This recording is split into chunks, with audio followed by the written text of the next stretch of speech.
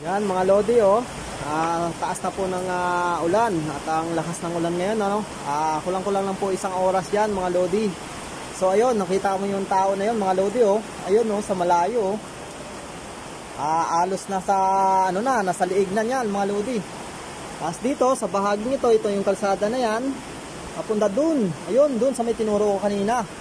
Ayan, malalim na po yan mga lodi kasi ito po, yung mga bintana nila ay muntikan na lang, kunting-kunti na lang po, maaabot na. Ayun, tinangay na po yung kulungan ng kalapati. Ayan o, tinangay na po yung kulungan ng kalapati o. Dahil ang sobrang taas na po. Dahil sa lakas po ng ulan, ayan. Makita nyo po o. Ayan, yung kalsada na po yan, malalim na. Hindi ko lang alam yung dun sa may baba. Dahil yung may court, ay mababa din po na lugar yon. Baka siguro ay lampas sa tao na yung tubig. Saglit lang po yan yung umulan. Simula po yan ay 11. So malalim na po. Yan ang dilim pa ng ating panahon. Napakalakas po ng ulan. So pinapayuhan ko po yung iba po nasa mababang lugar at inaabot po ng baha. Kagaya nito, kagaya nyan. Ayan, oh. Yan, kagaya nyan. So mag-ready na po kayo, ilikas nyo na po ang inyong mga gamit at mahalagang mga bagay ano. Lalo na yung mga electric appliances. Kasi nga po ay pag nabasa po ng ulan yan, ay mahirapan po kayong makakapag-ipon agad, makakabili ng bago. So yan, aanura na po. Ayan, no, kita nyo po yung bintana. Yan, yung bintana na yan, no, malapit na maabot. Ayun, yung bintana na yun, sa dulo na yun, no, naabot na mga lodi. Sobrang lalim ng tubig dahil siguro nga po ay sa lakas ng ulan. Yan, dahil dito, yan, yung area na yan, dyan po nanggagaling yung ulan.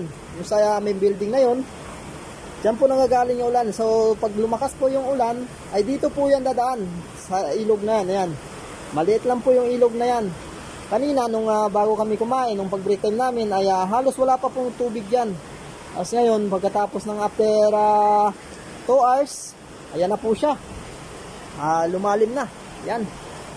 Ayun po. Tamo unti-unti na po nila nililipat ang kanilang mga tricycle at ang kanilang mga motor dahil dun sa mga mababang lugar na yun. Ayun dun. May mga motor dyan, sasakyan. Ayan na po sila. Ito, inuunti-unti na po nilang nililipat. Yan. Ayun, no, tinutulak na nila pa taas.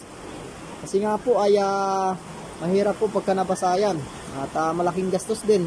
Ayun, inanod na yung kulungan ng kalapati.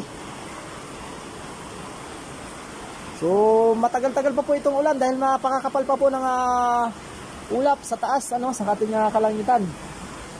At yun lang po. At maraming salamat po. Muli po, ay mag-ingat po ang mga nasa bumabiyahe at ang mga bababang lugar.